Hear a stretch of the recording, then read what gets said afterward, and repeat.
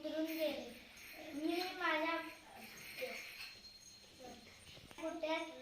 अंधारात काट्याकुट्यात खूपदा पडले, ठेचकाळले, तरी माझ्या